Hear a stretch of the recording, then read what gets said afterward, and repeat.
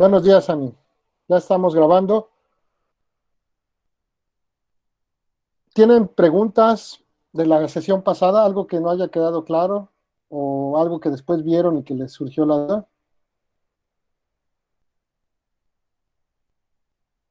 Chris, Rob, ¿alguien de ustedes tiene alguna duda? Porque si no tienen dudas, entonces yo les pregunto a ustedes. ¿Qué les parece?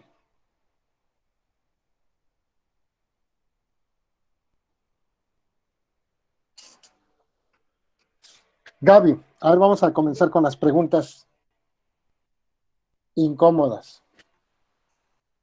Eh, Gaby, ¿me escuchas?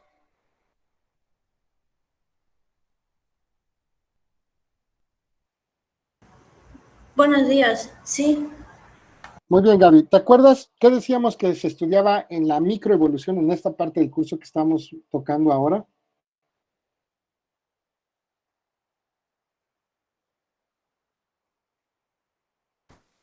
Perdón, se cortó un tantito. ¿Me puede repetir la pregunta, porfa? Sí, no hay problema, y de todos modos la escribo de nuevo para que los que no me alcanzan a escuchar bien la puedan leer en el chat.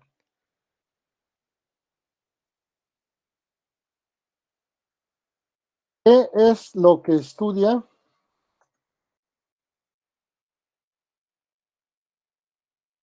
la microevolución?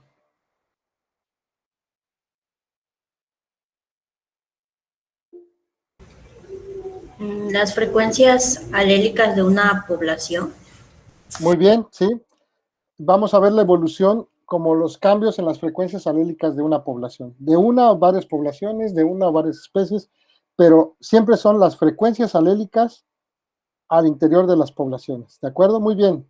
Gracias, Gaby.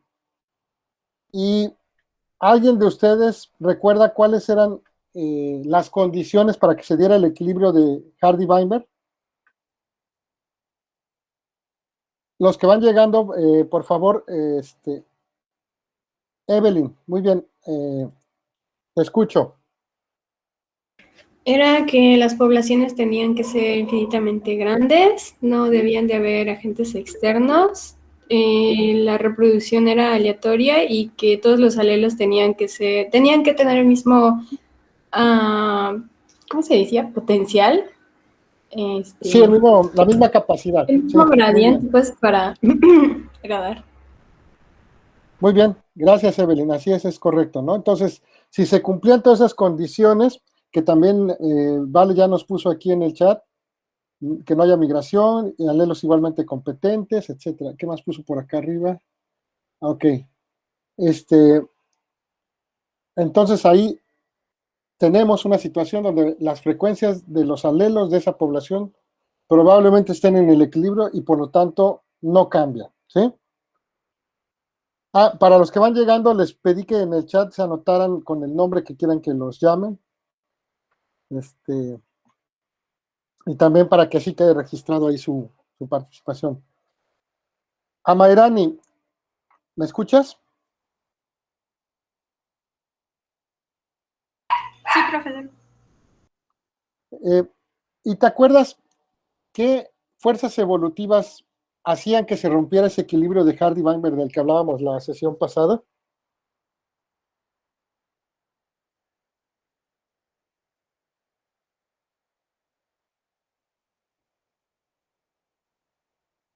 Te voy a ayudar un poquito. Decíamos, No bueno, sus recuerdo. compañeras ya lo decían.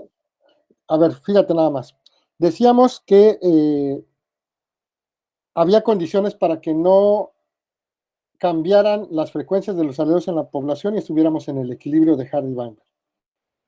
Evelyn y Vale ya nos dijeron cuáles eran esas condiciones, ¿no? Que los alelos fueran igualmente competentes para pasar a las siguientes generaciones, que no hubiera migración, que las poblaciones fueran grandotototas, y etcétera. De estos que te acabo de mencionar, ¿cómo te imaginas que las fuerzas evolutivas actúan para que no se cumplan? Ah, bueno, que por ejemplo que los apareamientos son al azar en la población.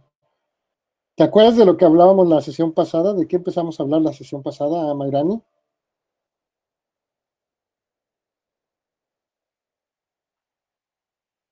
¿Alguien que le ayude a Mayrani? Bueno, te escucho, sí, adelante, adelante, te escucho. Uno de los factores era las mutaciones, la deriva génica, la Sí, sí, es correcto. endogamia, Sí, el flujo genético y las... y ya nada más te falta una, que fue con la que empezamos a hablar la clase pasada. Adelante, Rocío, te escucho. Ya, muy bien, Ah, Amarani. Ahora, Rob, adelante, te escucho. pues la había levantado por accidente, pero la selección natural y sexual. Muy bien, entonces Amairani nos dijo de las mutaciones, el flujo de genes, la deriva génica y la endogamia que van casi de la mano. Y Ro ya nos completó diciendo, muy bien, gracias Dana, selección natural y sexual, ¿no? Entonces digamos que estas fuerzas evolutivas lo que hacen es que no se cumplan los supuestos del equilibrio y al no cumplirse los supuestos del equilibrio generan cambios en las frecuencias alélicas de las poblaciones y entonces tenemos evolución a nivel micro. ¿De acuerdo? ¿Hasta aquí alguna duda? No es que la evolución a nivel micro esté desligada de lo que sucede a nivel macro y al revés, pero para que se pueda comprender más fácil, entramos primero en este tema que es el que menos conocen y después vamos a ver el otro tema, el de la macroevolución, que es con el que ustedes están más familiarizados porque seguramente han tocado algunos de estos temas en las clases que han tenido de botánica, de zoología, etcétera, ¿no? Hasta aquí, ¿algo más? ¿Algo que no haya quedado claro? ¿Algún comentario que quieran hacer?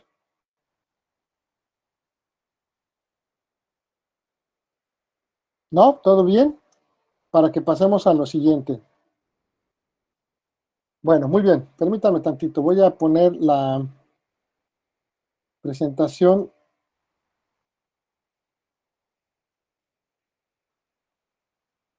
de la vez pasada hasta donde nos quedamos. Ahora se las comparto. Nada más déjenme buscar en dónde exactamente nos quedamos. O si quieren, vamos viéndola para hacer el repaso rápido. Siempre es bueno recordar lo que vimos en la sesión anterior para que no se nos olvide, porque esto es como un edificio. Vamos echando los cimientos y de los cimientos vamos construyendo para arriba. Entonces hablábamos de la selección natural y otras fuerzas evolutivas, después de ver que lo interesante en genética de poblaciones es analizar cómo cambian las frecuencias alélicas de las poblaciones por las diferentes fuerzas evolutivas. Y entonces comenzamos a hablar de la más conocida, que es la selección natural. Y veíamos los ejemplos de adaptación de el chita, la fragata, las orquídeas, el saguaro, etcétera, ¿no? Cómo eso se podía explicar. Entonces, nos preguntamos, ¿qué es la selección natural? ¿Quién me puede decir? ¿Se acuerdan de lo que leyeron en el artículo de Luis Eguiarte? ¿Qué decía que era la selección natural? ¿Alguien lo recuerda?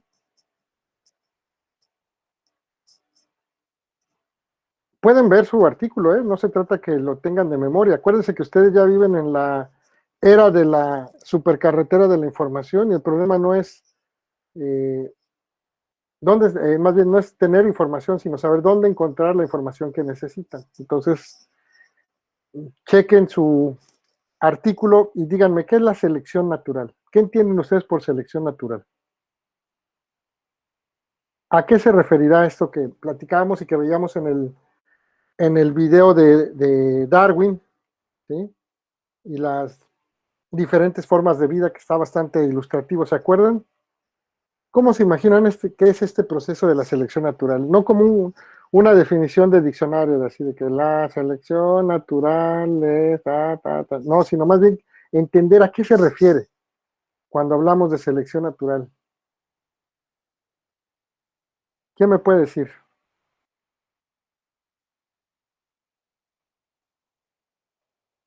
O escojo a alguien. Yo lo entiendo así como una definición Adelante, Sam, mía te de escucho. todo lo que hemos visto Sí, hasta ahora, sí. que pues son cambios morfológicos, anatómicos, se me fue la palabra, como Bueno, sí, que todos esos cambios y adaptaciones que se van dando con el tiempo en las especies mientras se van reproduciendo. Y que esto Ok, se Sam. ve, ajá, Sí, adelante, perdón, te escucho, perdón. sí, no, perdón. Y pues que todo esto se ve influenciado por las condiciones ambientales. Ok, muy bien. Entonces vemos estos cambios en la fisiología, la morfología, inclusive hasta la conducta de los organismos que están dados por estas condiciones ambientales que nos habla Sam. Pero ¿a qué nivel se imaginan ustedes que estará actuando la selección natural? Genético. A nivel de los genes, de los individuos, de las poblaciones que pertenecen a una especie particular, ¿no? Eh, Déjenme ver si encuentro una imagen que utilizaba Richard Dawkins. Es una historia muy interesante la de Richard Dawkins. Este señor originalmente era un abogado y después, no sé por qué razón, leyó en alguna ocasión eh, el libro del origen de las especies de Darwin y quedó fascinado con la idea. Y entonces decidió estudiar a profundidad, se cambió de la abogacía a la biología. Y, y tiene muchas figuras retóricas que le llaman para explicar cómo funciona la selección natural. Una es la que veíamos, la de el relojero ciego, el gen egoísta y algo que inclusive ustedes utilizan mucho ahora en las redes sociales. ¿Sabían que la idea de meme salió de este señor? Este señor se le ocurrió decir que, bueno, a diferencia de otras especies en el mundo natural, los humanos teníamos la capacidad de pasar unidades de información que no iban en el material genético, y eso le llamaba en los memes, ¿no?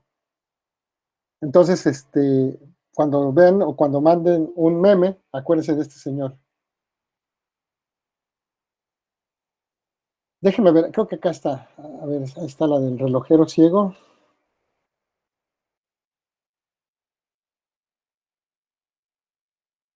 Ah, no, no, no es ninguna.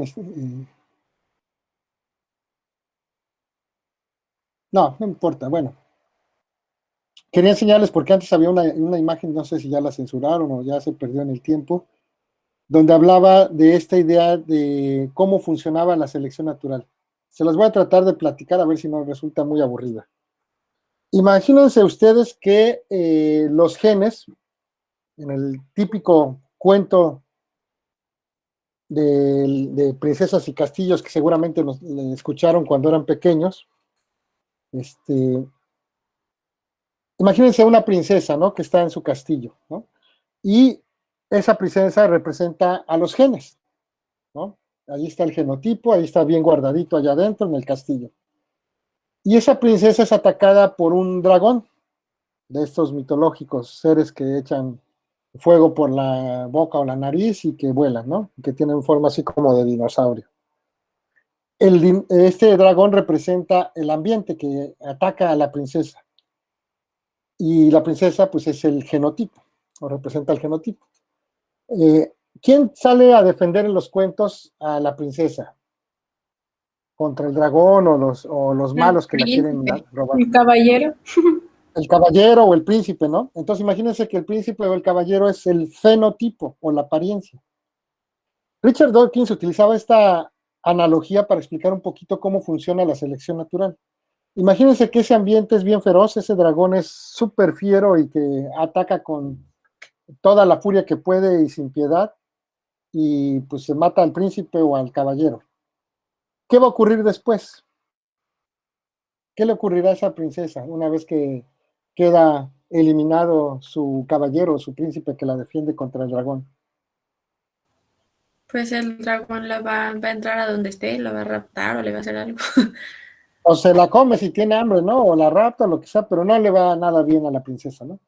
Entonces, fíjense cómo esa analogía explica si el ambiente es sumamente adverso y el fenotipo no puede, pues entonces el genotipo queda excluido de ese ambiente, ¿no? O sea, el dragón se echa primero al príncipe o al caballero y después se echa a la princesa, ¿no? Lo contrario ocurriría si el príncipe es sumamente bueno y a pesar de que el dragón tiene un montón de armas, el príncipe o el caballero logra derrotar al dragón. En ese caso, ¿qué le ocurre a la princesa?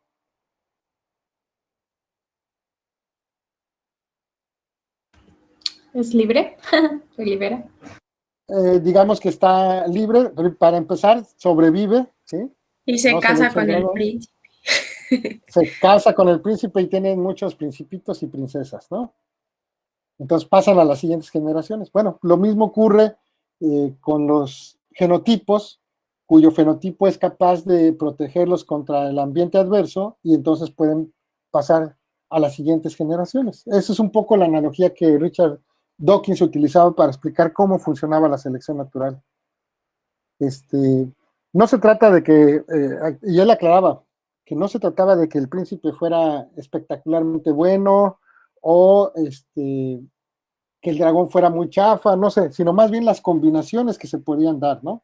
Imagínense ustedes que puede darse la condición de que hay un dragón que es muy malo, que es de plano muy maleta para atacar, y con un príncipe que es medianamente bueno para defenderse, pues ya la hizo, ¿no? Pero a lo mejor ese príncipe medianamente bueno contra un dragón que sí es muy bueno, pues nomás no la va a hacer. Entonces esto es dependiente del contexto.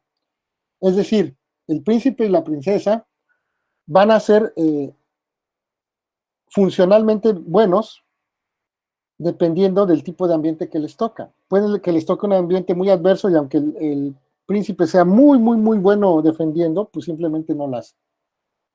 Como les mencionaba, el caso opuesto, uno que no es tan bueno para defender, pero con un dragón que no es tan bueno tampoco, pues a lo mejor no le va tan mal. Esa es la idea de la selección natural. Entonces imagínense que hay un montón de princesas, príncipes y dragones en el reino, algunos permanecen y otros no. Y lo que determina eso, pues son las condiciones del contexto, ¿no? En un contexto diferente, a lo mejor alguna combinación príncipe, princesa o fenotipo, genotipo funciona y en otras no. Eso es lo importante. Es decir, no hay un genotipo, fenotipo, una pareja de estas, príncipe, princesa, que sea igualmente bueno en todos los ambientes, ¿sí? Sino simplemente hay combinaciones que funcionan mejor dependiendo de qué ambiente les toca. ¿Hasta aquí alguna duda o pregunta acerca de esta idea? No, creo que sí quedó muy claro con la historia. Con la historia de princesas y príncipes que seguro Sí. nos encantaban mucho de chamaquitos y ahora ya nos dicen, ay, qué flojera. Pero bueno, lo importante es eso, que entiendan cómo es este proceso de la selección natural. Entonces, si alguien que no es biólogo les preguntan qué es la selección natural, se les puede ocurrir la manera más sencilla de explicarla, pero básicamente es eso, ¿no?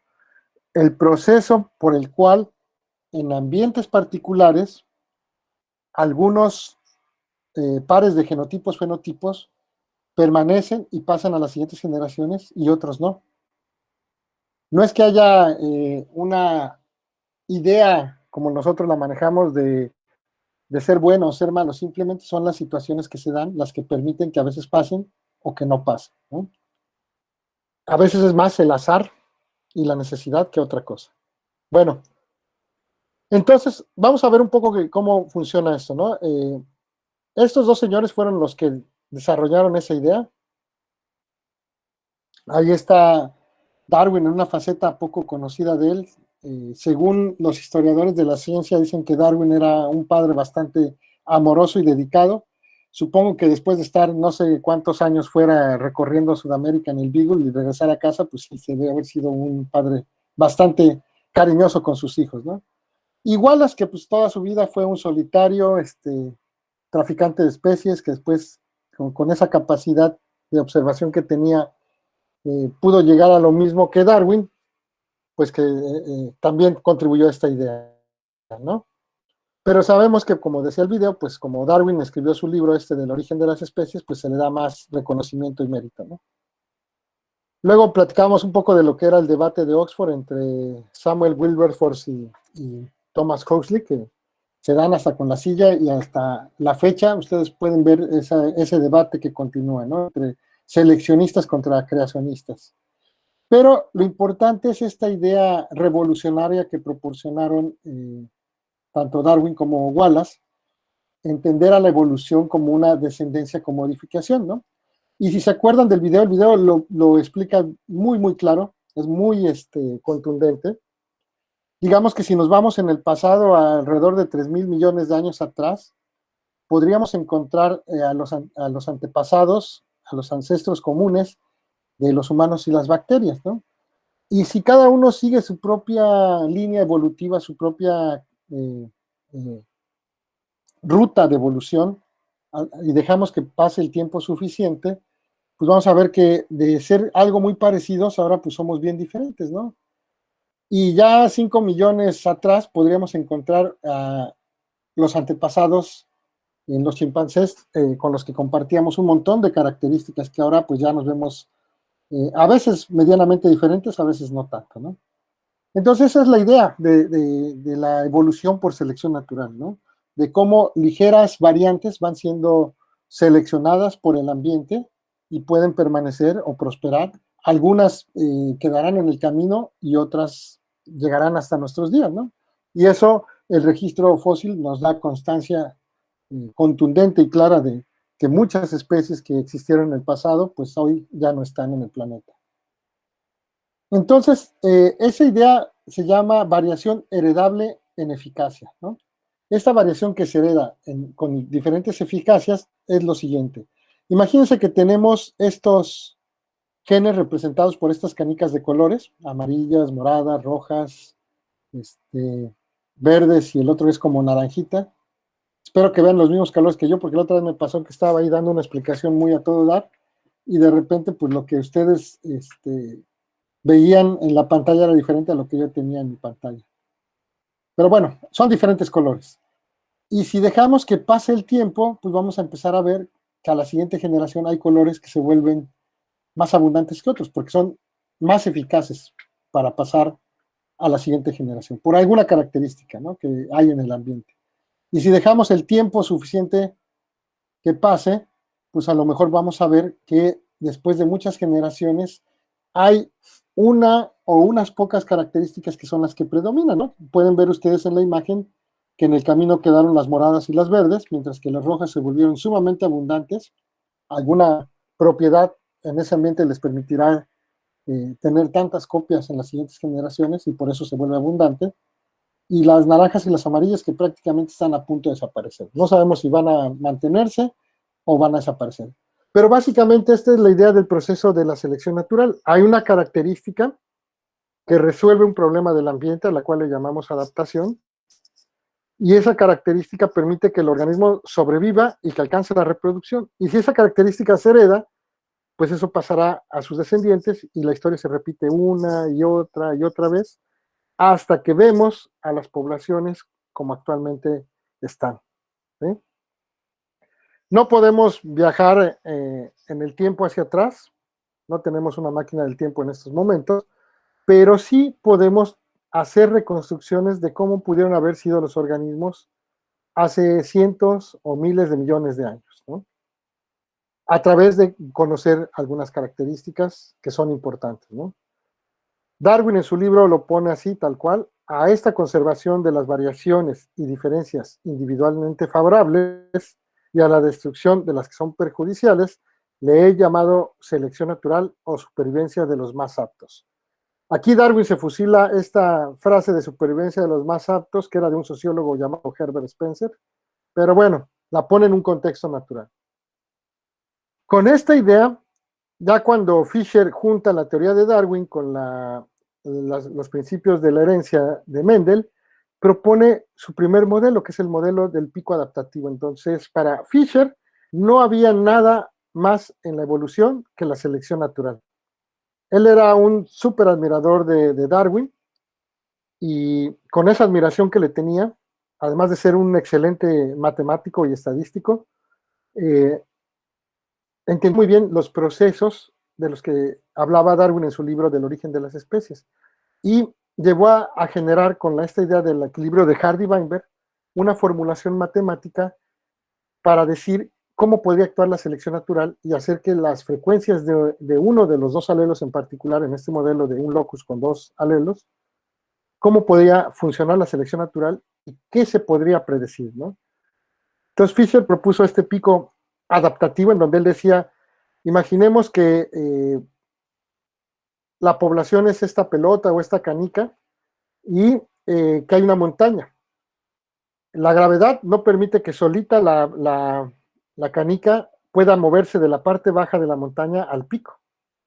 Pero la selección natural sería la fuerza que rompería la gravedad, la fuerza de gravedad, y que podría llevar en contra de lo que se esperaría en el ambiente hacia el pico de adaptación, ¿no? Entonces, para Fisher, todas las poblaciones deberían de alcanzar un pico de adaptación si la selección natural actuaba hasta alcanzar ese pico, ¿no? Una vez llegado a ese pico, pues acababa la historia y era la explicación que daba Fisher para decir por qué en la naturaleza veíamos ese acople tan alto entre las adaptaciones de los organismos y el ambiente en donde vivían, ¿no? Y mencionaba algunos ejemplos, ¿no? Las aletas de los peces para nadar, las patas de los terrestres, de los tetrápodos terrestres o los vertebrados, las alas de los insectos, los picos de los pinzones de Darwin, etcétera, ¿no? Entonces él decía, miren, este proceso es tan eficiente que nos lleva a ver estas adaptaciones. Y bueno, hasta ahí la cosa estaba bien. Este es el modelo con el que vamos a trabajar. Se ve un poquito apantallador, pero van a ver que es una cosa bien sencilla. Entonces, si lo vemos ahora, aquí en el caso de Fisher, él pensaba, bueno, la selección puede actuar en diferentes intensidades. En un ambiente puede ser muy fuerte, lo que decíamos del dragón, que es muy bueno para pelear. En otros ambientes puede ser más débil, el dragón que es medio babas y que no es tan bueno, o a lo mejor es pacifista y no le gusta pelear.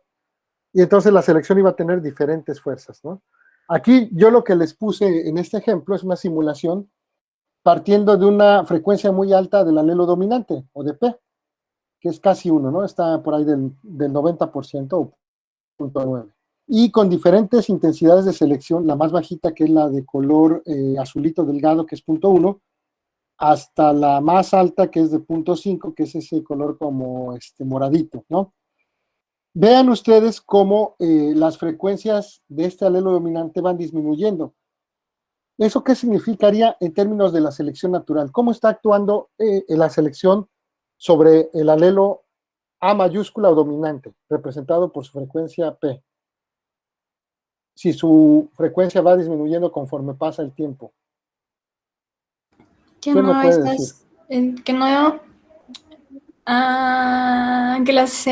que las generaciones no están heredando pues lo que se supone que tenían que heredar. Ok, entonces podríamos decir que la selección está actuando contra ese alelo, ¿no? Porque cada vez hay menos y menos y menos y menos, ¿no? Muy bien, Evelyn, esa es la idea, ¿no? Que no se está heredando con la eficacia que debería, ¿no? Y por eso es que cada vez observamos menos y menos. Otra cosa que quiero que noten es lo siguiente. Vean, al tiempo 20. Es una cosa que tenemos aquí, no van tantas generaciones, pero ya se notan las diferencias, ¿no? Si vemos al de 0.5, la frecuencia del alelo P ya está por el 10% o 0.1, con una intensidad muy alta de selección, y con la selección más baja apenas va llegando al 30% o 0.3, ¿no? La misma cantidad de tiempo, pero imagínense que cada una de estas intensidades de selección representa diferentes ambientes o diferentes dragones con diferentes capacidades para atacar al príncipe y a la princesa, ¿no? Entonces, en unos, pues ya les irían mal, ya prácticamente van de salida, en el de 0.5. En el otro, pues sí les va mal, pero todavía hay bastantitos y la cosa se puede componer si cambia el ambiente. Y eso es lo que vamos a tratar de ver ahora en esta sección. Luego, ya les había platicado de este modelo de Sewall-Wright. A diferencia de Fisher, Sewall-Wright era un poco más integral, y pensaba que la selección natural no era la única fuerza evolutiva. En esa época, Morgan ya había descrito las mutaciones, y para Sewall-Wright le parecía interesante eso de las mutaciones, pero él empezó a explorar otra fuerza evolutiva que era la deriva génica. Y entonces dijo, pues más que ser un solo pico adaptativo, este es un paisaje donde hay diferentes picos y valles. La selección efectivamente se va a encargar de llevar a las poblaciones al pico más cercano, no el más alto, el más cercano, pero una vez que llega ahí o en el camino, las otras fuerzas evolutivas lo pueden sacar de ese lugar y llevar a otra parte de este paisaje o de esta topología adaptativa, ¿sí? De tal manera que,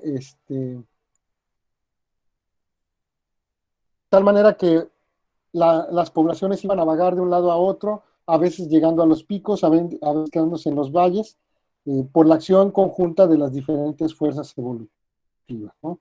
Entonces imagínense, en la parte de abajo, digamos, el piso o la forma de esto lo determinan dos genes, el A y el B, ¿no? Y esas combinaciones de genes nos van a dar la adecuación de la población. En partes altas los picos, en las partes bajas los valles o las hondonadas, ¿no?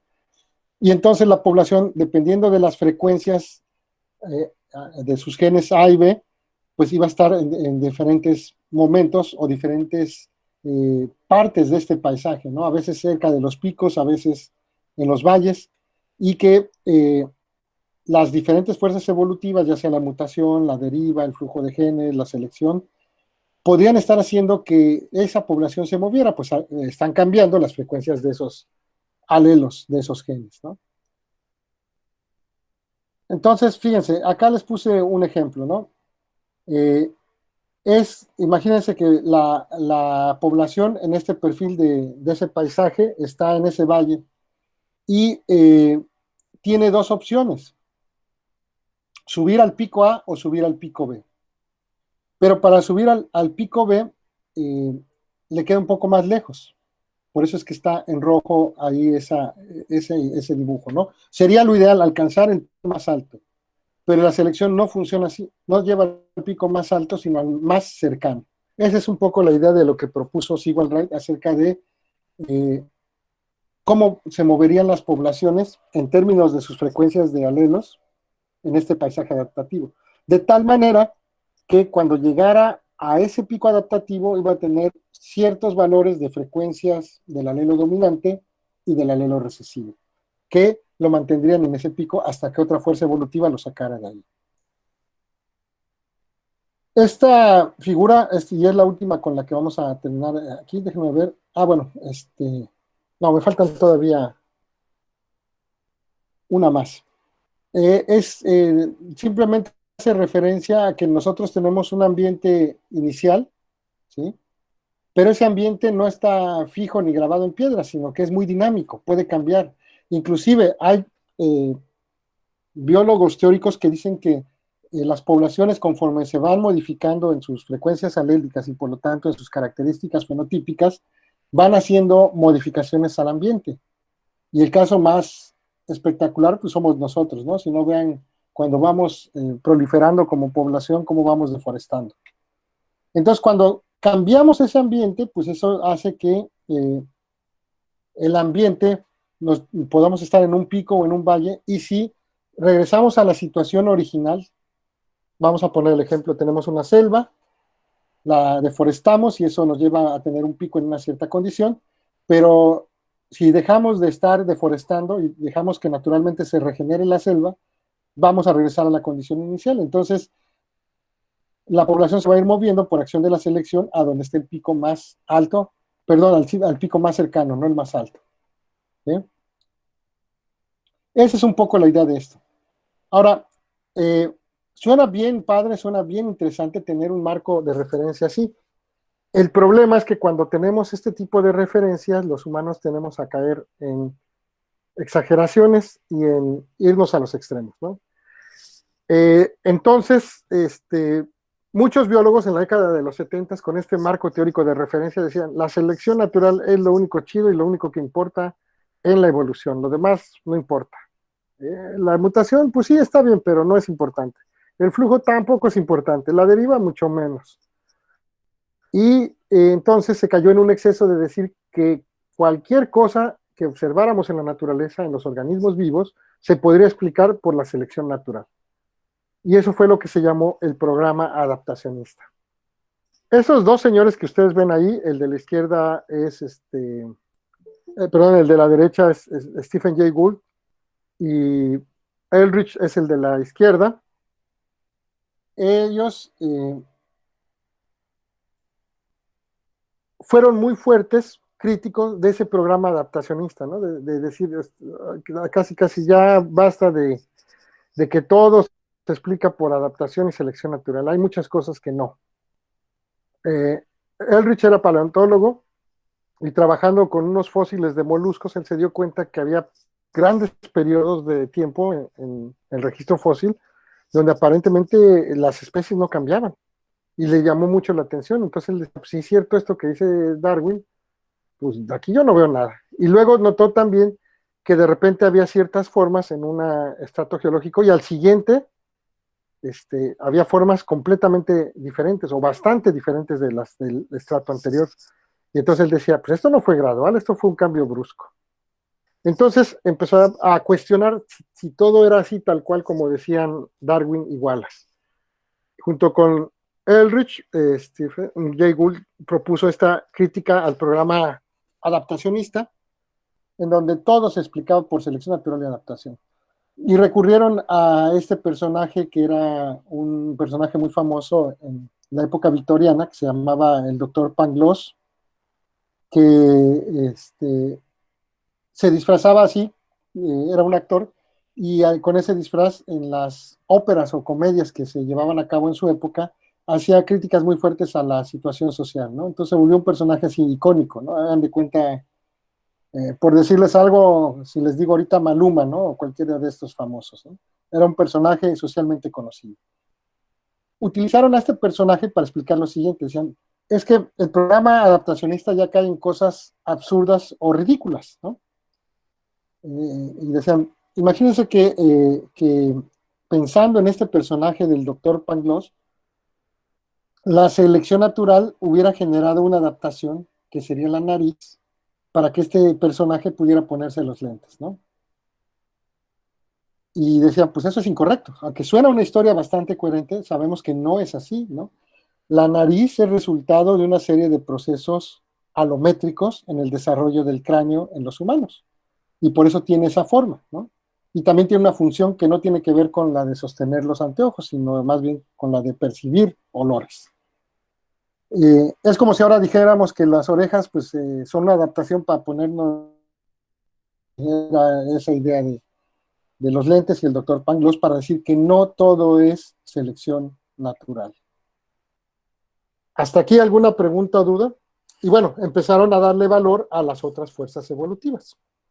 Y eso es lo que en esta sección del curso vamos a ver con más detalle, haciendo algunas simulaciones con hojas de cálculo. ¿Hasta aquí alguna duda o pregunta? Creo que no, profe. ¿Todo claro como el agua del Sabinal? Ok, gracias, Sam. Todo clarísimo como el Sabinal. Muy bien. Vamos a hacer lo siguiente. Vamos a ingresar de nuevo a nuestra hoja de cálculo. Déjenme ver dónde andaba. Ahorita les comparto la liga, es la que ya hemos trabajado de la semana pasada y sobre la que vamos a seguir trabajando.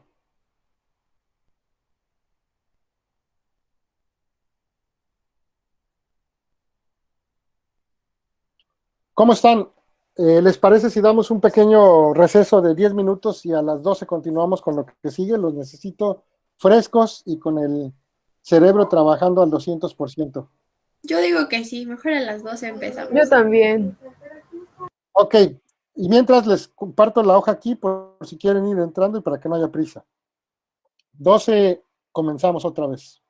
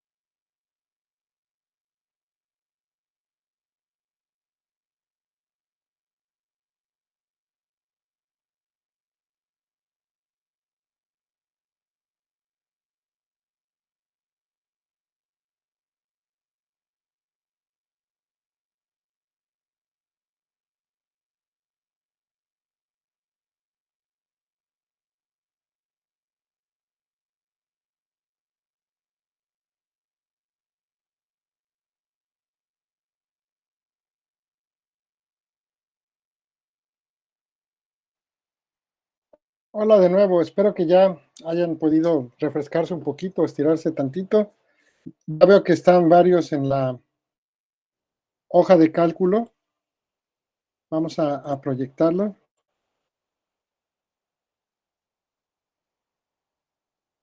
Ok, entonces tenemos nuestra pestaña que se llama Equilibrio WT, ¿no? De Hardy-Weinberg, ¿sí? Vamos a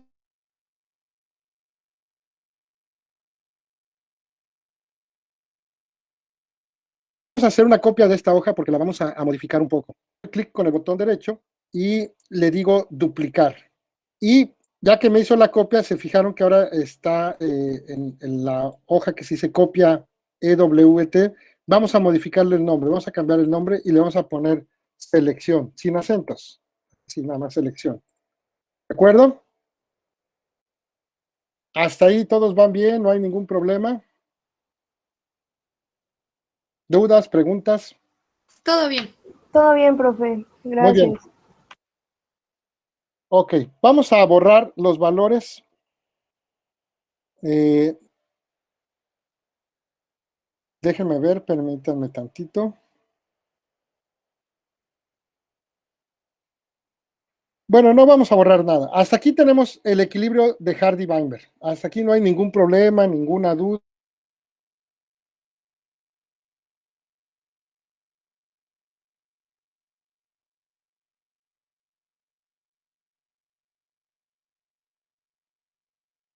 ¿Nada? Creo Los que no, escucho. profe. Ok. ¿Perdón, qué dijo?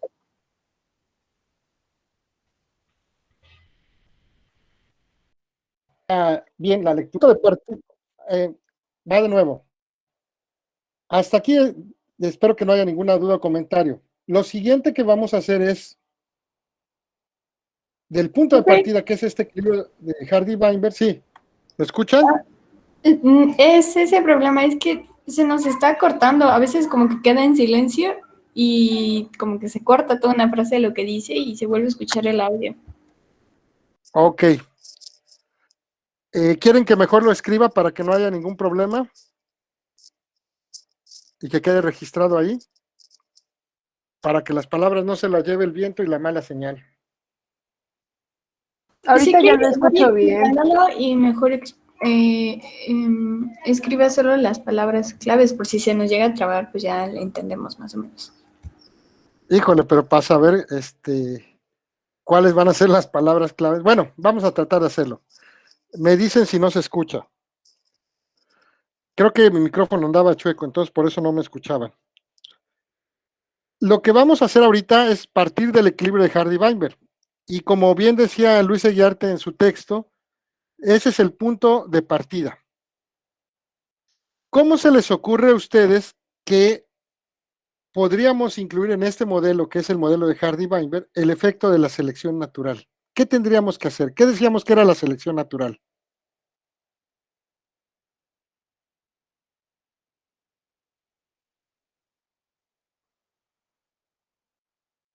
¿No tendremos que seguir con lo del tiempo? O sea, para ver cómo van los fenotipos. Sí, es correcto. Y aquí, si le damos 1000 generaciones, ¿qué crees que vaya a pasar, Samantha? Así como está nuestro modelo. Pues van a seguir apareciendo los mismos datos, como lo que tenemos ahí hacia el tiempo 6.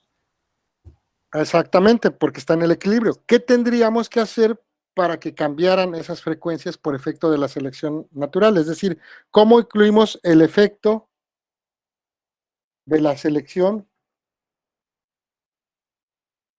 en el modelo del equilibrio? Mediante mutaciones, quizás. Pero esa ya es otra fuerza evolutiva. Sí, lo vamos a hacer y vamos a ver cómo las mutaciones hacen que también cambie esos valores y que se rompa el equilibrio. Pero aquí estamos viendo selección. ¿Cómo le podríamos hacer? ¿Se acuerdan qué decíamos que era la selección?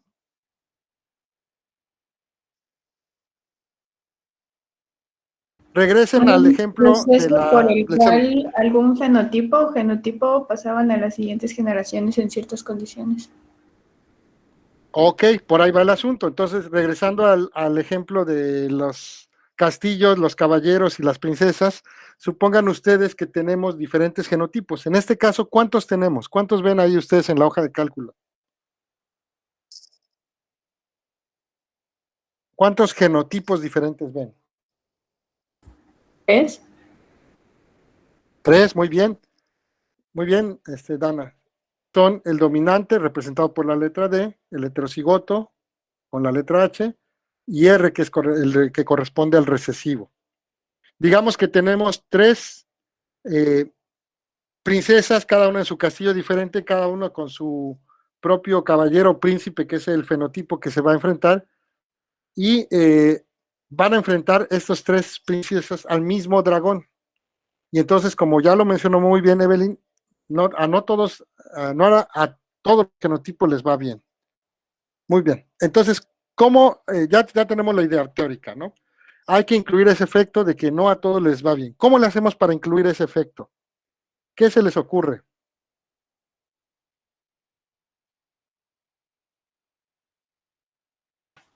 Sé que tenemos que aplicar algún cambio, pero así en números no tengo idea. No, no es en números, pero por ahí va, ajá, tenemos que aplicar un cambio. ¿Dónde le meteríamos ese cambio? Por ahí va, sí es correcto lo que dices. Por ahí va justamente, es eso lo que tenemos que hacer. Tenemos que meterle algo que genere un cambio. ¿En dónde lo meterían?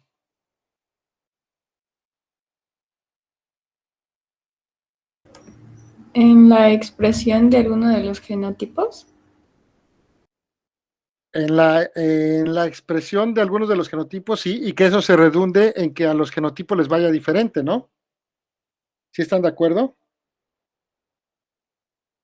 Ajá. Entonces, fíjense, vamos a nuestra hoja de cálculo. Ya vimos que tenemos 3 genotipos diferentes, ¿no? Y como bien ya mencionaron ustedes, para ver el efecto de la selección tendríamos que incluir de alguna manera cómo la selección hace que algunos de estos genotipos, a través de sus fenotipos, puedan ser diferentes en eficacia para pasar a las siguientes generaciones. Y eso fue lo que se le ocurrió hacer a Sewall Wright, y por eso, en honor a él, se propuso como símbolo de abreviación con la letra W un concepto que se llama la adecuación.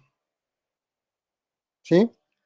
Entonces, vamos a tener 3 tipos de adecuación. Una para el genotipo de los dominantes, le vamos a llamar WAA. Otra para el genotipo de los heterocigotos, y ese va a ser WA mayúscula, A minúscula. Y finalmente, una adecuación para los recesivos. La próxima clase vamos a ver con detalle cómo se calcula la adecuación relativa. Por el momento, nada más quédense con la idea de que esta adecuación puede ir de 0 a 1 y que está en función del que tiene mayor eficacia darwiniana o mayor capacidad para pasar sus descendientes a las siguientes generaciones. ¿Hasta ahí vamos bien? ¿Nadie se nos ha perdido? ¿Todo bien? ¿Va de 0 a 1 en función de qué? Del genotipo que tiene mayor capacidad. El que tiene mayor capacidad es el que tiene mayor adecuación relativa y su valor es 1. ¿De acuerdo? ¿Sí se escuchó? Sí, muchas gracias. Ok. Entonces, vamos a suponer, ¿qué valores quieren darles de 0 a 1? ¿A quién le darían el 1 de estos 3 genotipos?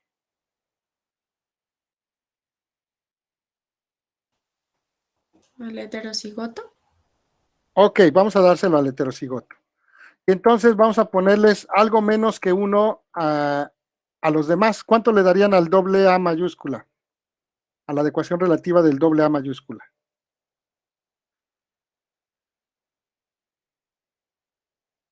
¿Qué valor quieren dar? Entre 0 y algo menor a 1. Pónganlo, si quieren, escríbanlo ahí.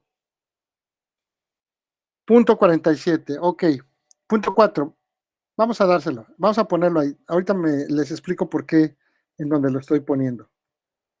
Ok, ¿alguien más que quiera poner el valor de adecuación relativa para los recesivos? Los dominantes estuvo 0.4, el de los heterocigotos decimos que era el mayor, que era 1, el de referencia. ¿Cuánto tendrán estos? ¿Para cuánto les gusta? Puede ser un poquito más grande de entre 0.4 y 1 o menor a 0.4. Anoten ahí en esa celda donde estoy yo, anoten ahí el valor que ustedes quieran. Por favor. Pongamos el 0.8 que dijo Jera.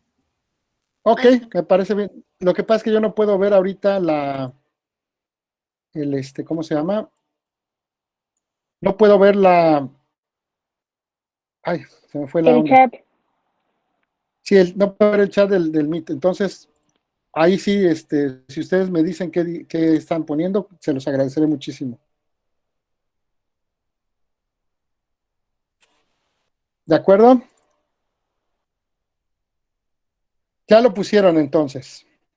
Muy bien. Sí, ya Entonces, está. fíjense, eso quiere decir que el que tiene mayor desempeño es el genotipo heterocigoto. Digamos que tiene la combinación princesa-caballero, que para este dragón en particular, pues es el más bueno.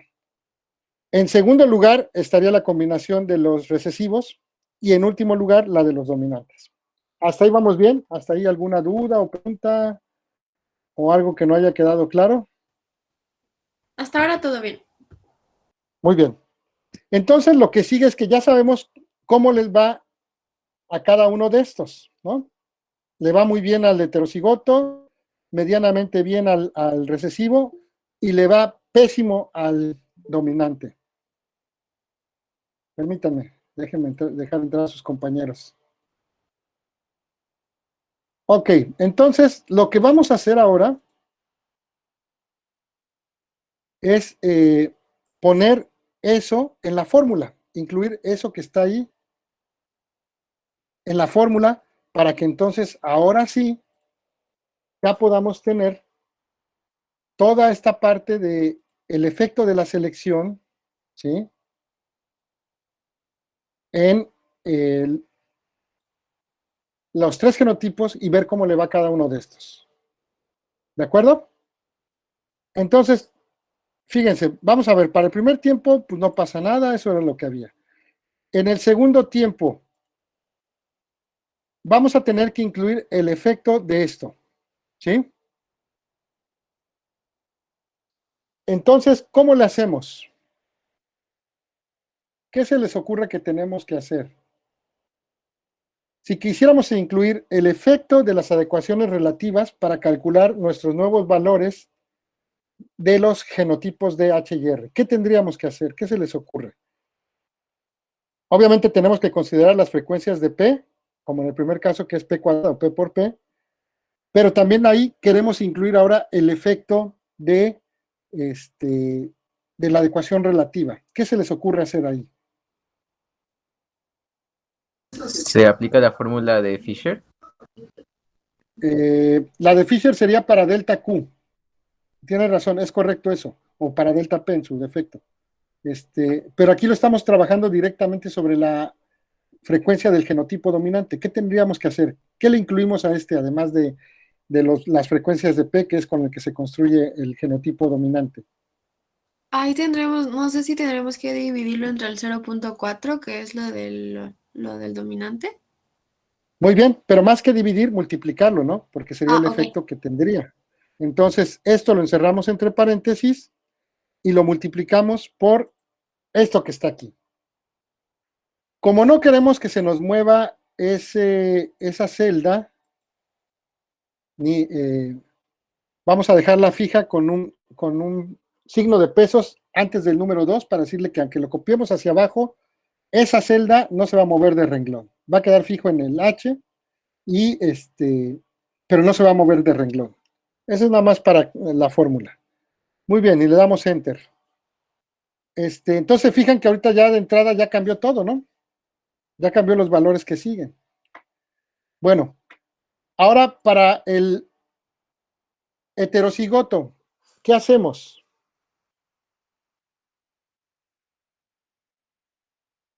Lo mismo, pero ahora con W heterocigoto. Ok, perfecto, muy bien. Entonces lo multiplicamos. Todo esto que está aquí que nos permite calcular la frecuencia del heterocigoto cuando está en el equilibrio por su valor de adecuación relativa. No importa que sea 1, ¿eh? Porque después si cambia ese valor, automáticamente se cambian nuestras cuentas. Y el R, pues ya lo dejamos así porque ya lo podemos calcular de lo que sobra de los otros. Ahora, antes de hacer, esto está muy bien, pero necesitamos corregir nuestros valores, ¿sí? De acuerdo a una cosa que se llama la adecuación promedio, ¿sí? Esa Perdón, adecuación no promedio, lo escuché. ¿De acuerdo a qué? a la adecuación promedio, ahorita lo anoto aquí.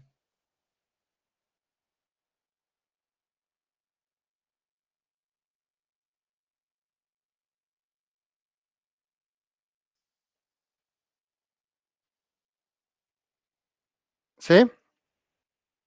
Ay, no sé si se vio o no, no me aparece. Ah, Sam me había propuesto el punto 65, lástima que ya no lo vi. Sí, ya está la de adecuación promedio. Ok, pensé que no se aparecía, pero en mi pantalla no se ve. Algo tiene mi programa. Bueno, vamos a calcular esta que le vamos a llamar W promedio. ¿Sí? Y esa la vamos a calcular de la siguiente manera.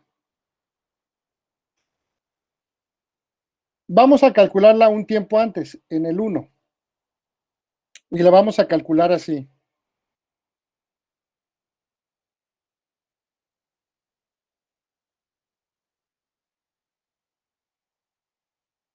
Vamos a ponerle que esto se calcula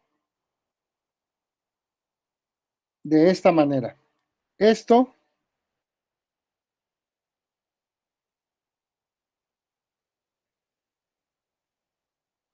por su adecuación relativa. Otra vez hay que dejar fijo el renglón 2 para que no se nos descuadre a la hora de copiar la fórmula, más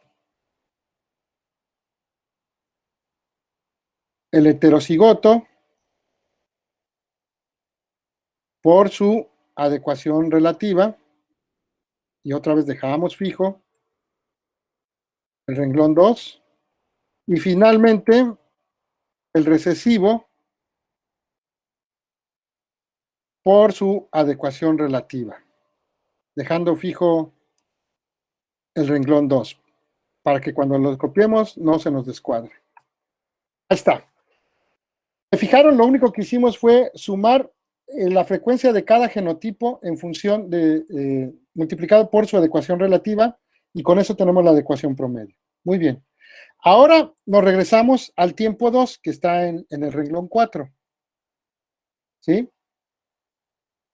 Ahí lo que vamos a hacer ahora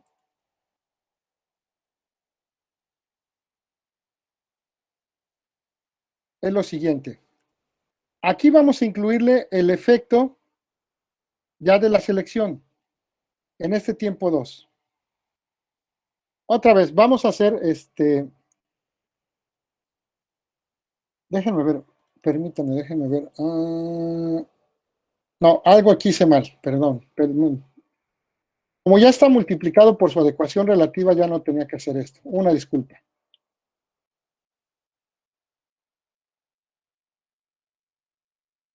Ah, no, sí te tengo que multiplicar. Tiene que dar algo menor que 1. Va de nuevo.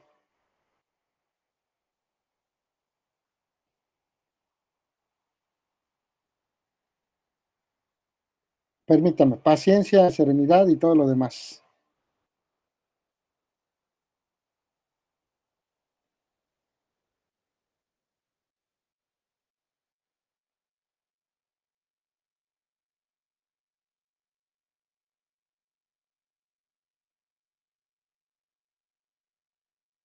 Ahí está, ya lo corregí de nuevo. Ok. Ahora sí. Ya tenemos nuestros valores de... aquí es donde no tenía que multiplicar, perdón. Esto es aquí. Es en el siguiente donde tenemos que hacer esa cuenta. Ok. Ya está. Ahora sí, nos vamos al tiempo 2, ¿no? Con estos valores que tenemos aquí,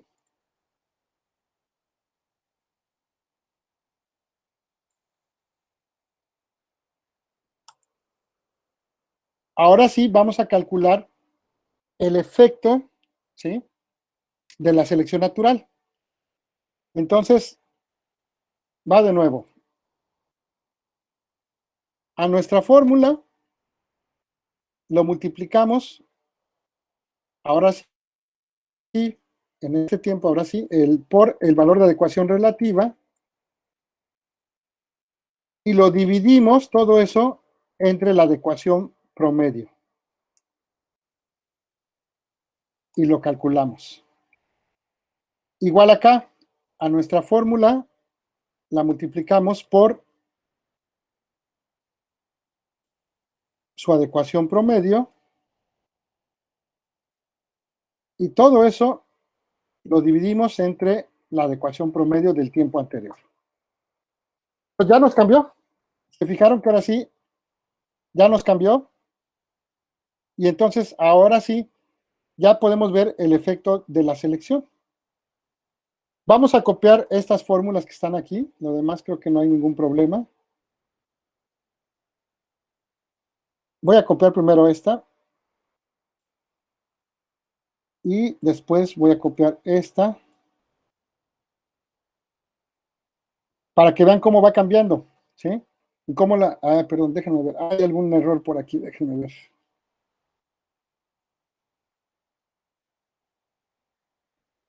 Hasta ahí va bien. Ah, perdón, ya vi cuál es el error. No dejé fijo aquí.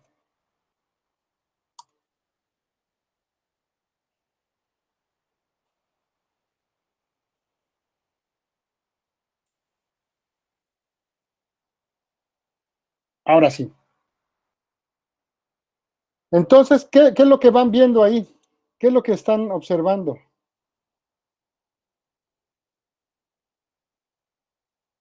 Lo que hicimos fue lo siguiente. Primero, calcular en el tiempo 1 una adecuación promedio, que es simplemente multiplicar la frecuencia de cada genotipo de H y R por su adecuación relativa.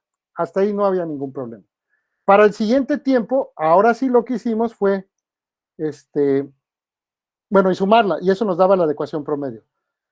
A cada genotipo, al D y el H, fue calcularlo como normalmente lo calculamos, pero ahora lo multiplicamos por su adecuación relativa y lo dividimos entre la adecuación promedio. Y entonces ya con eso podemos meter el efecto de la selección. Si ustedes hacen esto para varias generaciones, vamos a darle hasta ahí.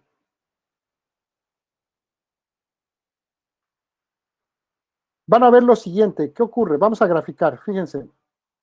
Vamos a graficar el tiempo contra P y Q.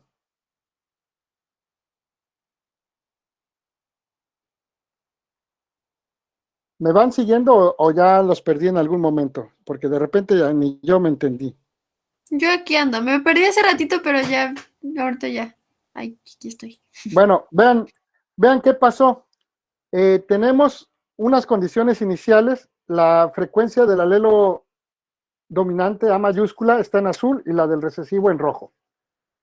¿Qué observan en la gráfica conforme pasa el tiempo? Que se va manteniendo. Que se mantiene, ¿no? La roja alcanza el punto, casi el punto 8 y la azul un poquito arribita del punto 2, ¿no?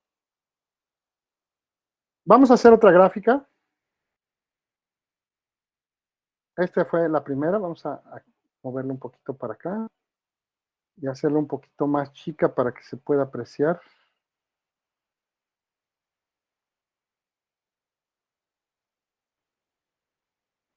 Pero creo que ahí se ve en la pantalla, ¿no? Solamente fue graficar el tiempo contra las frecuencias de P y de Q. Si recuerdan, si estuviéramos en el equilibrio de Hardy-Weinberg, las frecuencias se mantienen sin cambio. Aquí cambian hasta alcanzar otro tipo de equilibrio. Es decir, también la selección puede resultar en que las frecuencias, en este caso en particular la selección favoreciendo a los individuos que son heterocigotos, puede hacer que el equilibrio se alcance en ciertos valores, ¿no? Y de ahí ya no lo sacan hasta que cambien las condiciones. ¿Hasta ahí vamos bien?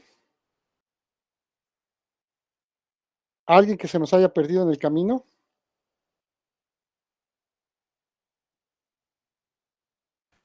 ¿No? Sí, vamos bien. ¿Todo bien? Todo bien. Ok. Profe, todo bien. ¿Qué fue lo único que hicimos? Primero, calcular la adecuación promedio para la generación 1 o el tiempo 1. Y después, con esa adecuación promedio para la generación 2, calculamos las frecuencias de los genotipos, considerando tanto la adecuación relativa como de cada genotipo como la adecuación promedio de los 3 genotipos. Y entonces ahí ya incluimos el efecto de la selección, ¿sí? Este fue el modelo que desarrollaron Sewall Wright, Joseph Haldane y Ronald Fisher para explicar cómo funcionaba la selección en términos de las frecuencias alélicas. Entonces lo que vemos es que la selección a favor de los individuos que son heterocigotos genera un cierto tipo de equilibrio después de cierto tiempo. Vamos a ver qué pasa ahora con los genotipos. Vamos a graficarlos. Entonces ahora vamos a seleccionar el tiempo y vamos a seleccionar los genotipos D, H y R. Y ahora sí vamos a insertar una nueva gráfica. Ahí está nuestra nueva gráfica. La vamos a poner por acá. Y la vamos a hacer un poquito más pequeña para poderla visualizar mejor.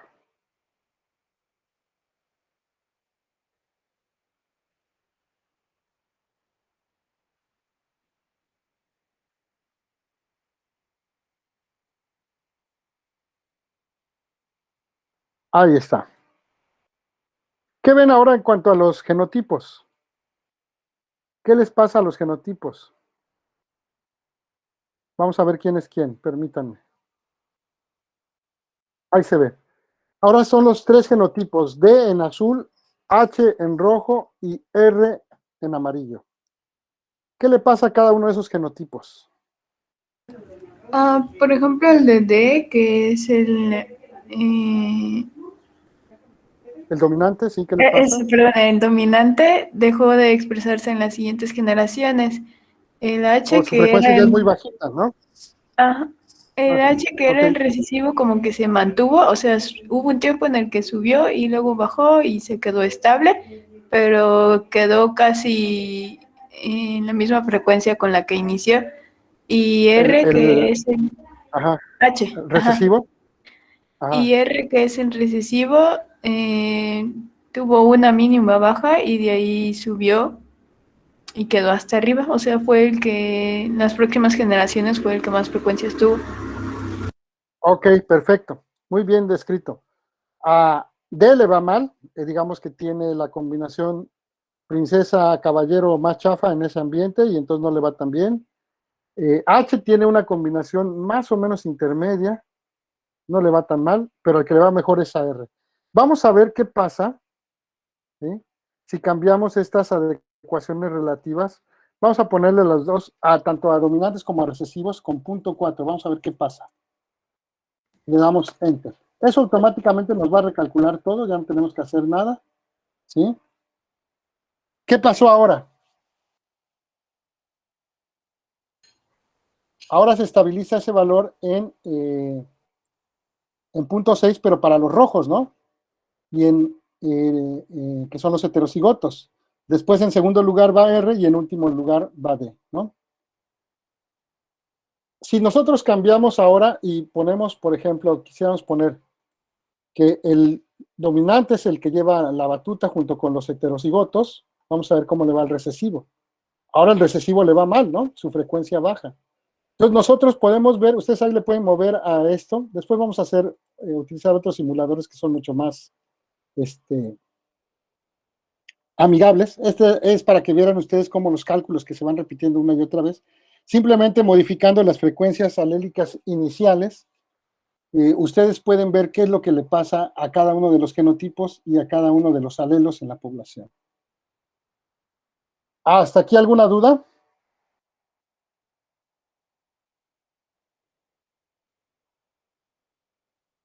No, ¿No? profe, creo que todo quedó claro.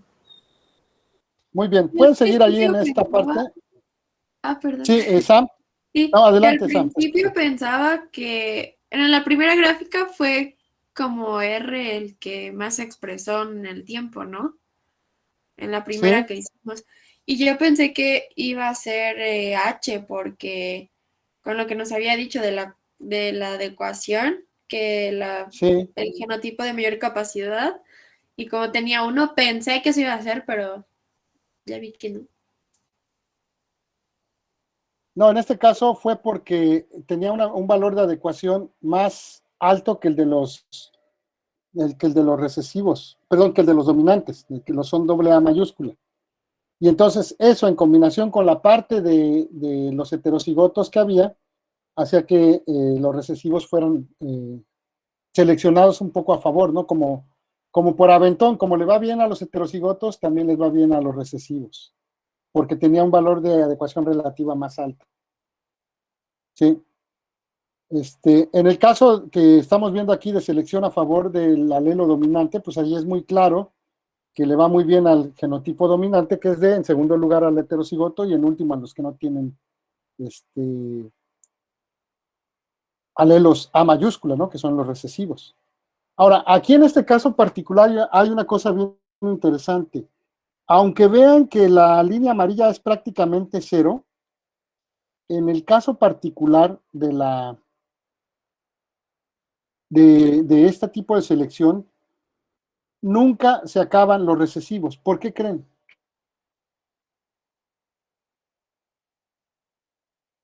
¿Por qué creen que nunca se acaban los recesivos?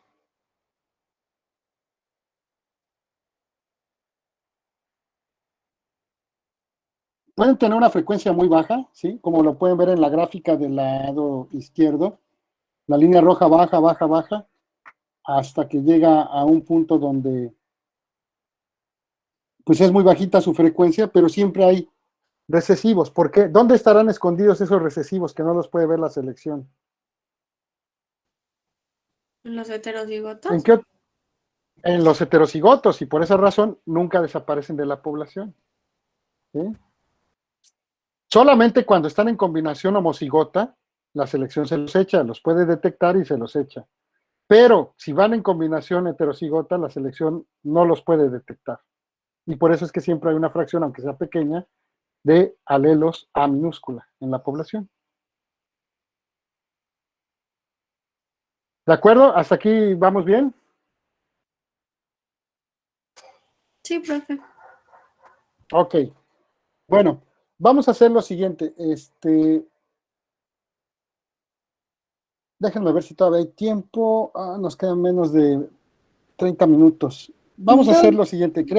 Sí, Yo te tengo una escucho. duda, no sé si me estoy adelantando. Adelante. Pero o sea, lo de la adecuación está ligado a algo, los valores que obtengamos están ligados a algo o es el valor que le queríamos dar. Están ligados a algo. Formalmente te voy a decir cómo se calculaba antes, ¿no? Por ejemplo, se hacían líneas puras, como los experimentos de Mendel, haz de cuenta con chícharos o moscas, que son fáciles de cultivar en laboratorio. Y entonces, ya que tenían las líneas puras, lo que se hacía era ver la supervivencia, cuántos hijos sobrevivían y llegaban a la reproducción y con cuántos se reproducían, ¿no? Y entonces el producto de eso, de los sobrevivientes y los descendientes que se reproducían, ese era el valor de adecuación para cada genotipo, ¿no? Entonces, haz de cuenta que una línea tuvo 500, la otra 720 y la otra 130. Con base en eso se relativizaban. Mañana vamos a ver un ejemplo en concreto, pero esa era la idea. Ahora, en lugar de tener que hacer estos cultivos, lo que se utiliza son métodos moleculares, análisis de paternidad.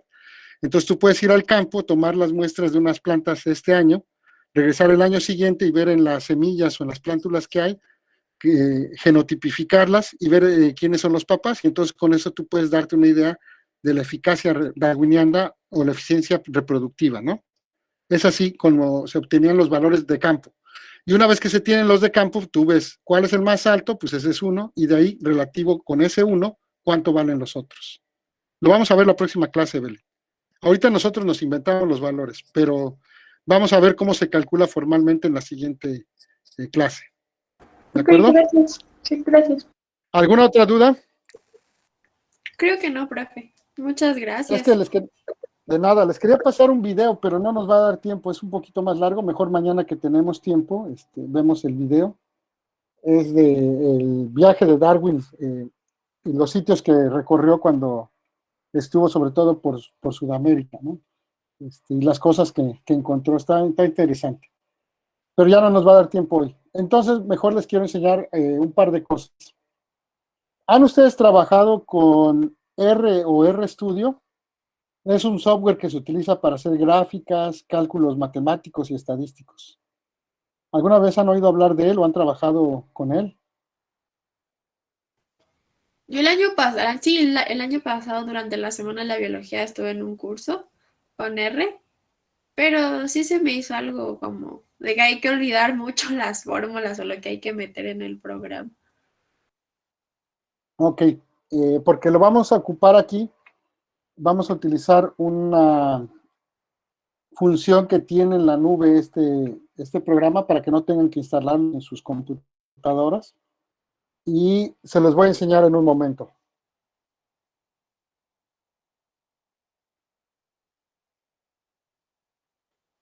Esta página web se las estoy compartiendo ahí.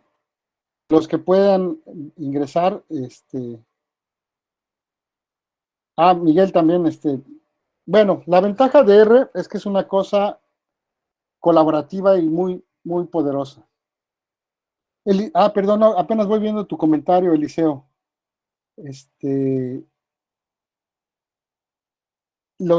Pones en los heterocigotos, ¿te referías a las adecuaciones promedio? ¿A qué te referías?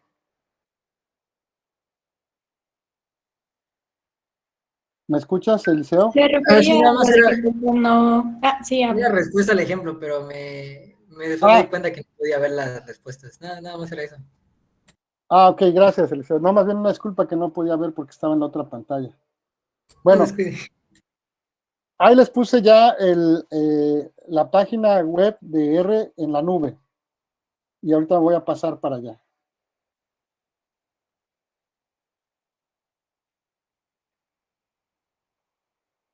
¿Ya pueden ver mi pantalla? Cuando ustedes están ahí, lo que pueden hacer es abrir una cuenta gratuita, ¿no? Entonces, fíjense que hay varios planes, ¿no? De la organización, para instructores, como sería el caso de nosotros que damos clases. El premium, que es por si quieren trabajar ahí en colaboración con algunos otros colegas.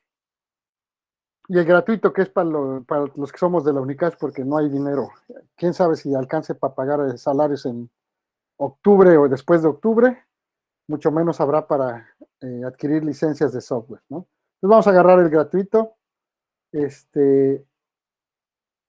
Hay esta opción Plus, pero tienen que pagar $5 al mes si lo quieren y tienen paga y quieren invertir bien su dinero, lo pueden hacer, si no, no lo activen. Y entonces ya le dicen registrarse, ¿no? El programa los va a mandar a una hoja donde lo que yo les recomiendo para hacer la inscripción más fácil, ¿sí?, es que lo hagan con su cuenta institucional de Google. Entonces le dicen aquí, se van a esta opción, a este botón, ¿sí? Y aquí, por ejemplo, yo tengo mi cuenta, bueno, está la de mi hijo, la mía, personal y la institucional. Entonces yo selecciono esta, yo ya me di de alta, ya tengo mi cuenta. Y con eso automáticamente ya nada más la validan, probablemente les pida otra vez su contraseña o password, y con eso ya abren su propia cuenta. Si lo hacen con la institucional, les da ciertas ventajas que si lo hacen con una personal, porque como esta plataforma detecta que pertenecen a una institución educativa, les deja un poco más de espacio, les deja más sesiones, les deja más funciones abiertas que si lo hicieran de manera individual. porque a lo que lo quieren obligar a uno es que compre la licencia, ¿no? Entonces, se registran así y listo, ¿no? Entonces, por ejemplo, yo ya estoy registrado, en teoría no debería de haber ningún problema, me debería dejar entrar. Y ya puedo entrar a la nube y yo tengo creados 3 proyectos, uno para el curso de sus compañeros de diseño y análisis experimental, otro para ecología y este que es el de ustedes, de evolución. Entonces ahí la nube se encarga de ir al servidor donde está alojado todo lo que es de mi sesión, lo que ya activé, y lo va a cargar en unos momentos. Y ya está listo.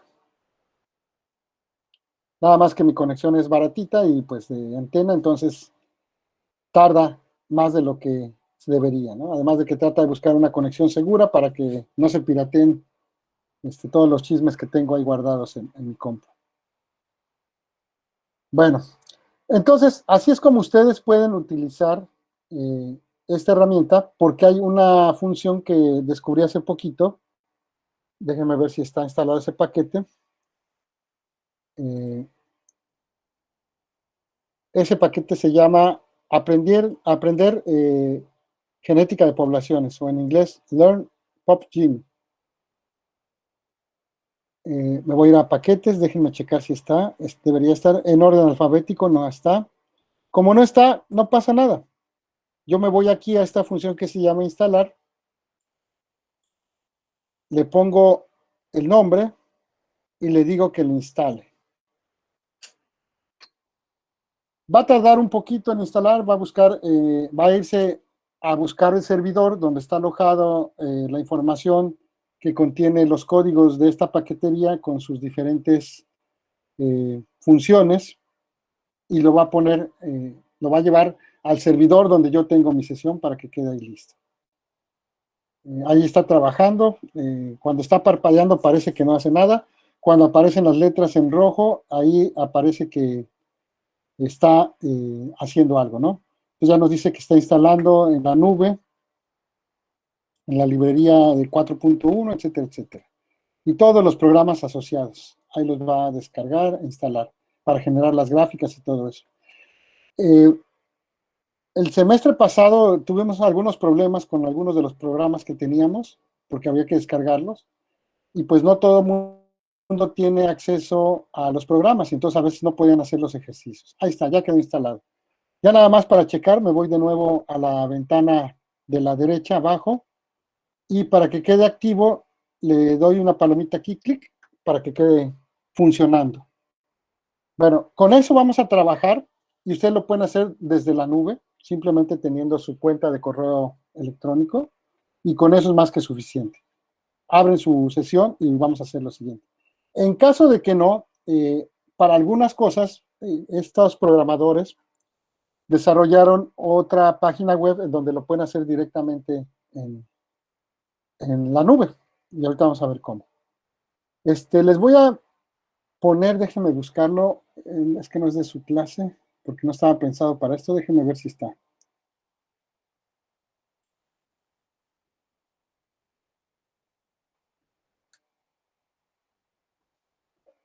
No, no está.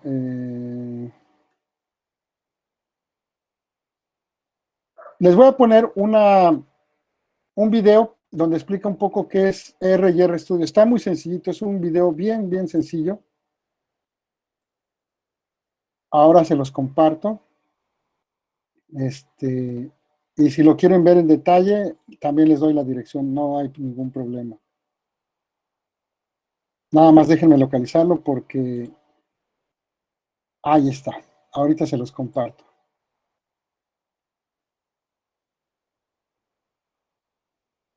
R es un software para análisis. Permítame, les voy a quitar los subtítulos porque está en español, no los necesitan. Lo voy a poner en grandote. Ah, perdón. Lo cerré sin querer. R A ver, déjenme ver. es un software para... Ahora sí, lo voy a poner en grande. Voy a apagar mi micrófono y se los voy a poner. Si quieren, lo podemos ver las veces que sea necesario. Es un video de 3 minutos y es muy explicativo de cómo funciona R y RStudio.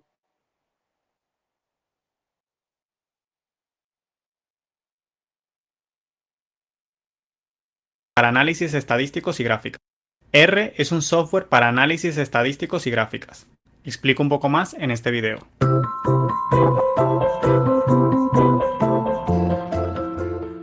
Hola mundo.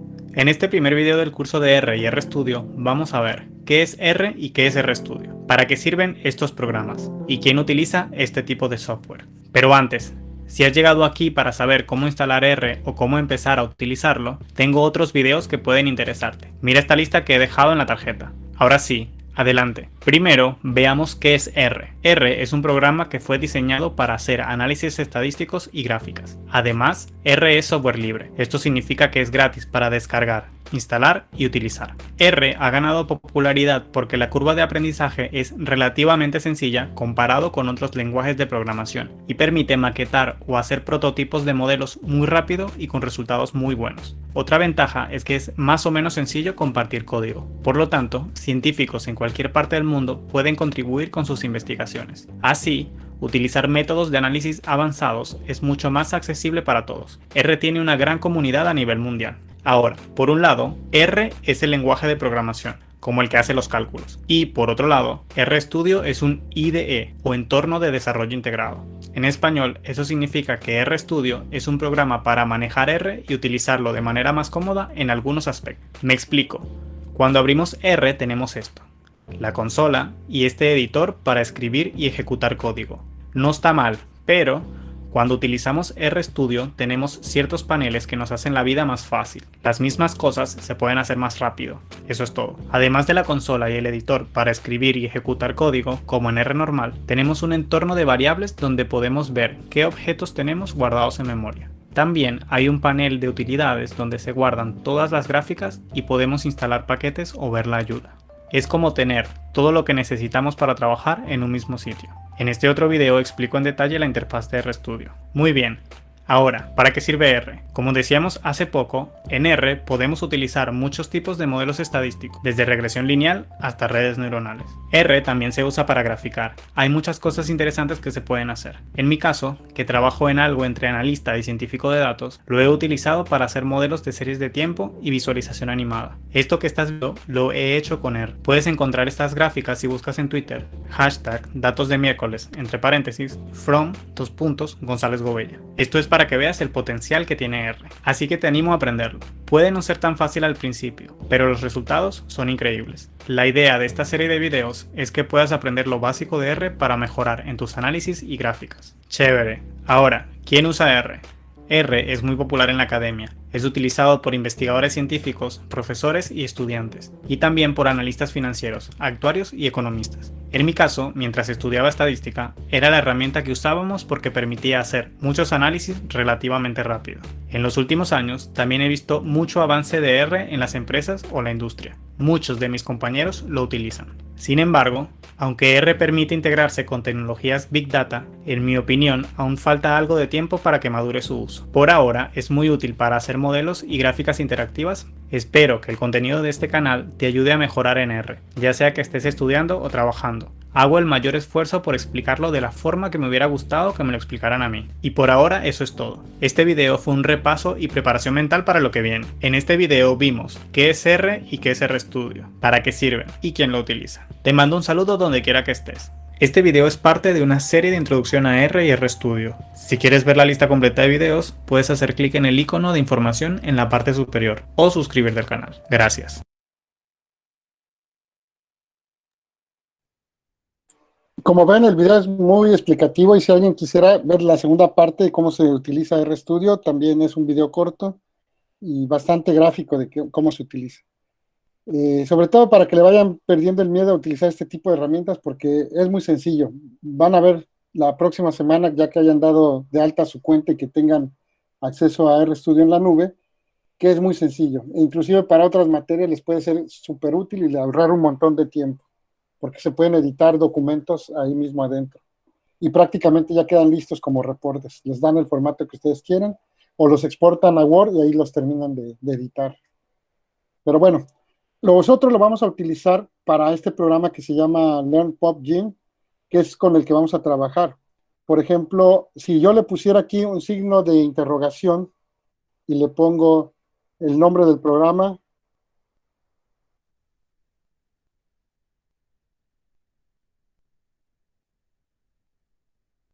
le doy Enter, debería de mandarme a una ayuda. Ahí, algo no le gustó. Bueno, aquí también se le puede dar Veo que no directamente. está presentando su pantalla. Hay una disculpa, perdón, se me olvidó. Ah, ¿dónde estoy? En RStudio de la nube. Ok, ahora sí. Les decía que aquí, bueno, hay dos funciones, ¿no? Esta no sé por qué no jaló, pero aquí directamente, si me voy a paquetes, donde está en el panel que decía el video de las utilerías, por ejemplo, yo le doy aquí clic y aparece qué significa ese programa, qué es lo que tiene, ¿no? Es un simulador de genética de poblacional y análisis numéricos, ¿no? Es la versión 1.04. Aquí están las páginas de ayuda. Por ejemplo, para Central Limit Theorem es esta función que ilustra el teorema del límite central, que es muy utilizado en estadística, con el que se basan las diferentes pruebas paramétricas. Luego viene las gráficas, por ejemplo, de coalescencia. Vamos a darle clic aquí a ver qué hace. Eh, Crea gráficas de coalescencia, etcétera. Aquí vienen las instrucciones y todo eso, y cómo se pueden correr, ¿no? Por ejemplo, vamos a ver si nos da una corrida, a ver si funciona. Es la primera vez que lo estoy abriendo y explorando aquí con ustedes, así es que si sale error, no me cuelguen. A ver. Parece que está jalando, a ver qué sale. Después les explico para qué son cada una de estas cosas, pero es para que ustedes manipulen y hagan numéricamente las diferentes cosas. A ver, déjenme ver si está aquí. No. Ok, después vemos cómo funciona bien.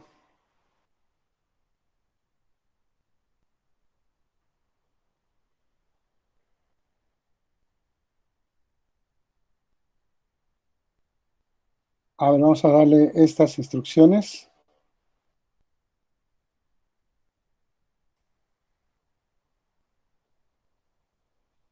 Y a ver qué sale.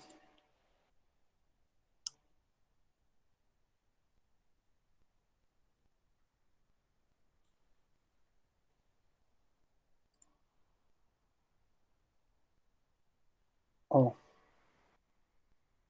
no me lo copió.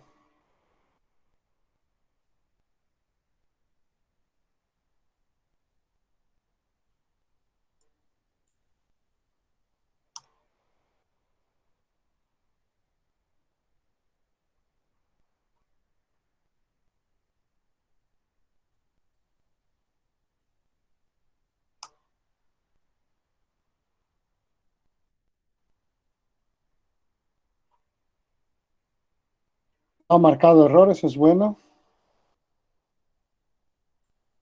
Y vamos a ver si hace la gráfica.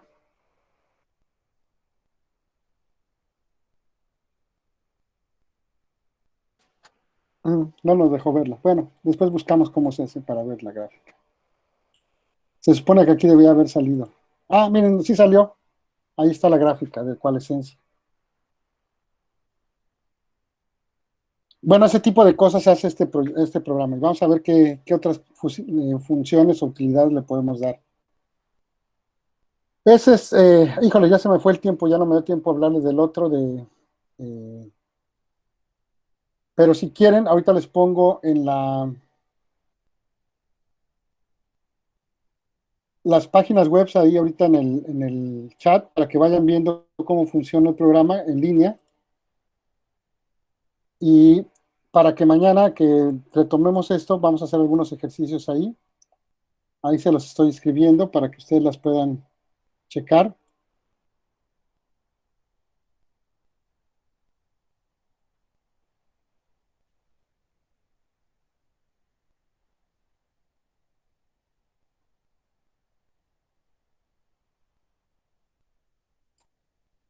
Y mañana vamos a entrar a hacer algunas simulaciones con esta paquetería. Y van a ver cómo el R, aunque parece que es así medio hosco y poco amigable, una vez que entiende uno un poquito la lógica del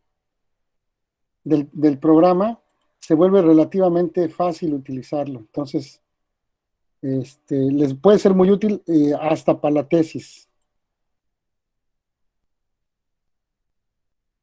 Así que vale la pena intentar aprender un poquito de esto para que lo vean como una herramienta más que pueden tener. Hasta aquí le vamos a parar. ¿Alguna duda o pregunta o comentario?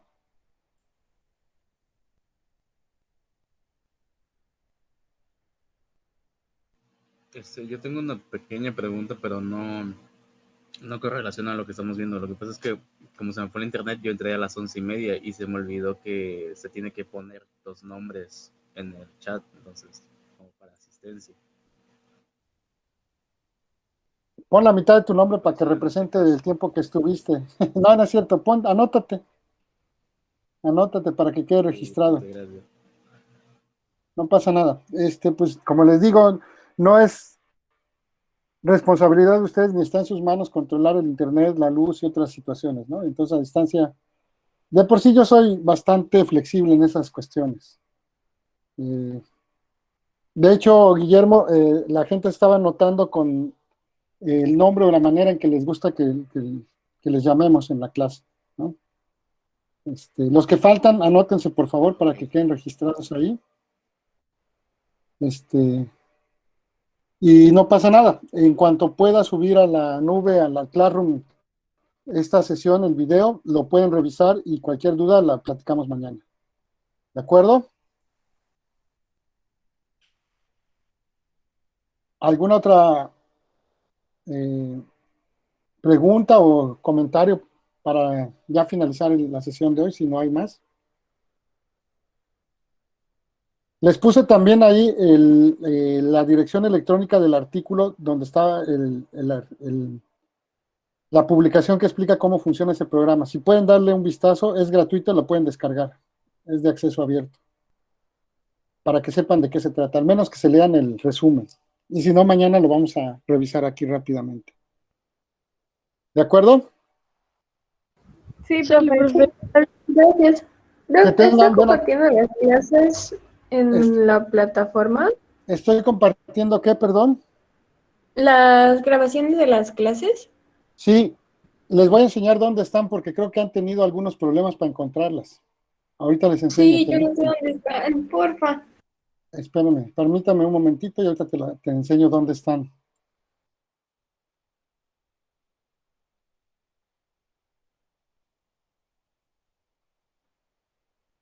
Bueno, supongo que les aparece algo así a ustedes, ¿no? En mi caso, pues son los 3 cursos que tengo que dar. Entonces, bueno, se van a la pestaña que corresponde a este curso, que es el de evolución.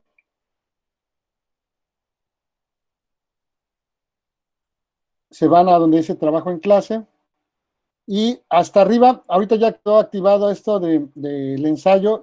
Mañana vamos a platicar con calma de qué se trata esto. Después viene una guía para la presentación de exposiciones. Por equipos van a tener que hacer su presentación. Aquí les dejé unos artículos que deberían de ser como la base de su ensayo y de ahí ustedes escogen algún tema particular. No vayan a hacer como hicieron algunos de sus compañeros, que solamente leyeron uno y con base en ese hicieron su ensayo. No. Se trata de que lean estos 5 que están aquí como base y con base en algún tema que les guste de la evolución o que a ustedes en particular les interese de la biología, desarrollen su ensayo. Buscan otra literatura referente a eso y más esta, construyen lo que es su ensayo. Eso lo platicamos mañana. Aquí está la biblioteca donde está toda la información que pueden tener ahí disponible y en esta particular es una carpeta de Google Drive con más libros y cosas que necesiten. También les puse una carpeta de bibliografía por cada uno de los temas y por ejemplo aquí en este de presentación del curso pues están los videos que vimos de cómo trabaja la ciencia, lo del aterrizaje ese del el vehículo Rovers, lo que vimos de los mitos acerca de la evolución, y después ya vienen los videos que generalmente traen el nombre y luego la fecha, ¿no? Aquí pusimos estos 3. Luego en otra, en el simulador de genética de poblaciones, déjenme ver, aquí no hay. En introducción a la genética de poblaciones creo que sí. Ah, no, ese es el cuestionario. Esta es otra tarea. Y en el ejercicio 1 creo que, no, ahí no les ve nada. Bueno, ya estamos en el tema 2. Aquí en presentación de la unidad temática, estos son los 2 videos que quería que observaran ustedes. Sobre todo este de naturalistas viajeros. Lo pueden echar un vistazo y mañana lo platicamos. Y aquí es donde ya les voy a poner esta de la sección de hoy. Pero entonces, busquen, porque lo que hice el semestre pasado y fue un problema es que teníamos una carpeta de videos. Y cuando llegábamos a los 20 videos ya no nos dejaba subir nada más y luego se volvió un problema. Entonces ahora más bien lo que estoy haciendo es que en cada tema, en las diferentes pestañas, les voy acomodando los videos para que ustedes los busquen. Generalmente están relacionados con lo que platicamos o lo que vimos. ¿Sí? ¿Alguna duda o pregunta más? Ya no, gracias, doctor. Bueno, que estén muy bien, cuídense y nos vemos mañana temprano. Sale, profe, nos vemos. Hasta Nos luego. vemos, gracias. Gracias, profe. Adiós.